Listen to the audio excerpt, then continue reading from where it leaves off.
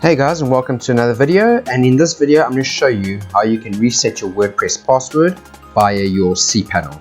So I'm sure you're currently presented with the screen. You remember your username but you've forgotten your password, and for some reason you don't have access to your email to reset your password. So I'm going to show you in just over a minute and a half how easy it is for you to reset your password via the cPanel option.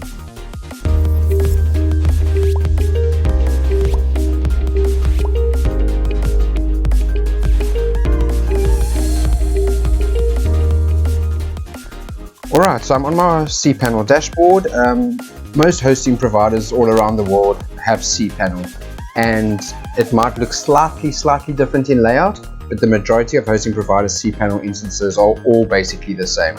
So what you want to go ahead and do is you want to go to the option that says PHP My Admin. If you're battling to find it, just Control F and just type the word PHP My, and it will bring up PHP My Admin. Go ahead and select that guy. This will redirect us in a second. Right, so I'm inside of PHP My Admin. The next thing what you want to go and do is, so this, you would probably get to it presented like this. You want to expand it by pressing the plus button and make your way down to the option that says WP Users. So that is the table that you're going to select. And as you're going to see, this is your user, this is your login name, and this is your encrypted password. So in order to change your password, you're going to go ahead and click the edit button. And the third option down, where you have user underscore pass, this is where you can input your new password. Let's just change it to my password 2021. I better remember to change this back after I've finished this tutorial. Then in the adjacent drop down, you want to go ahead and select that guy and select the MD5 option. So what the MD5 option is going to do is when I click go here in the bottom right hand corner, it's going to run my SQL query and it's going to encrypt my password.